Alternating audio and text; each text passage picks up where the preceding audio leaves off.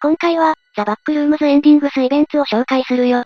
だんだん春っぽくなってきた感じが、しないな。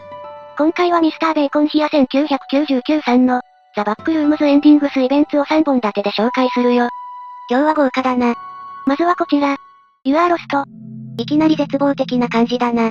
イベント説明文には、後ろが見えない。そして足跡は雪の中で徐々に消えていく。と書かれているんだ。絶望感がひしひしと伝わってくる。お次はこちら。Time is stuck。どういう写真か一瞬わかんなかった。イベント説明文には、何時間も。いや、何日も歩いていたのか？このレベルから出る出口が見つからない。あるとしても、と書かれているんだ。なんかもう察してそうだよな。お次はこちら。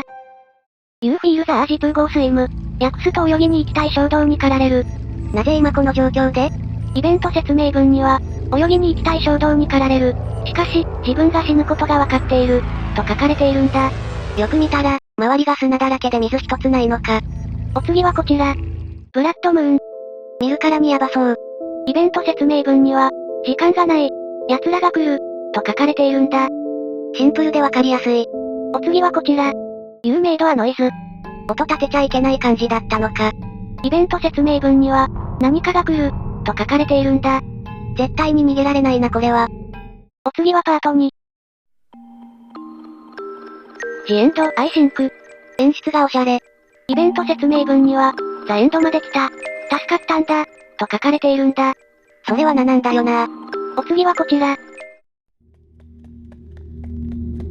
You have to hide。隠れなきゃいけないってそれってもう。イベント説明文には、奴が戻ってくる。あまり時間がない。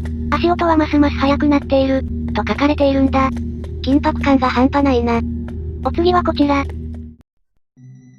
What is this place？こっちが聞きたいわ。イベント説明文には、自分がどこにいるのかわからない。しかし、どこか懐かしさがあり安全だと感じる。しばらくここにいてもいいのでは？と書かれているんだ。本当に安全なのか気になる。お次はこちら。You know this place。確かに見たことある。イベント説明文には、背後から時計の音が聞こえる。一人なのかどうか、耳を澄ませながら、と書かれているんだ。どこで見たんだっけ？お次はこちら。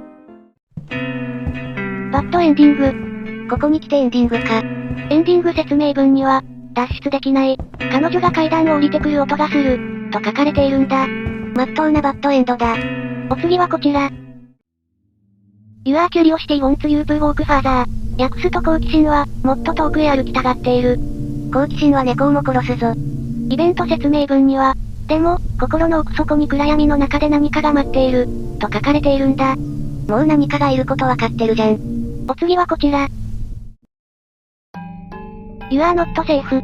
嫌な予感しかしねえ。イベント説明文には、見られていることはわかっているはずだ。でなければならないが、あいつに見つかるまでの時間がわからない。と書かれているんだ。そもそもこの空間から出られるのか？お次はパート3。ホームスイートホームエンディング。今度はエンディング集か？エンディング説明文には、ここは安全な場所なのか？この家はとても安全そうで、ずっとここにいたいという強い衝動に駆られる。と書かれているんだ。大抵はなんだよな。お次はこちら。レストエンディング。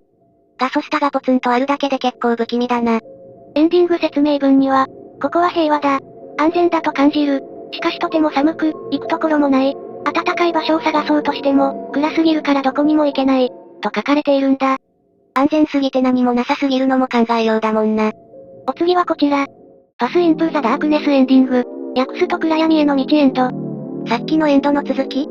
エンディング説明文には、監視されていることを知っている。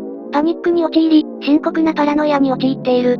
今にも茂みから何か出てきそうな気がする。そうかもしれない。と書かれているんだ。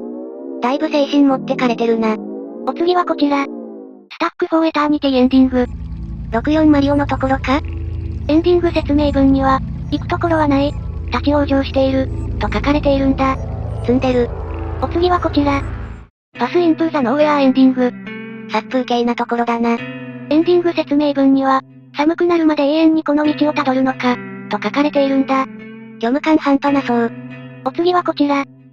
It Hard You エンディング。角待ちしてそう。エンディング説明文には、角を曲がったところに何かがあるのは分かっているはずだ。と書かれているんだ。主人公と同じ考えだった。お次はこちら。シークレットエンディング。結局これかよ。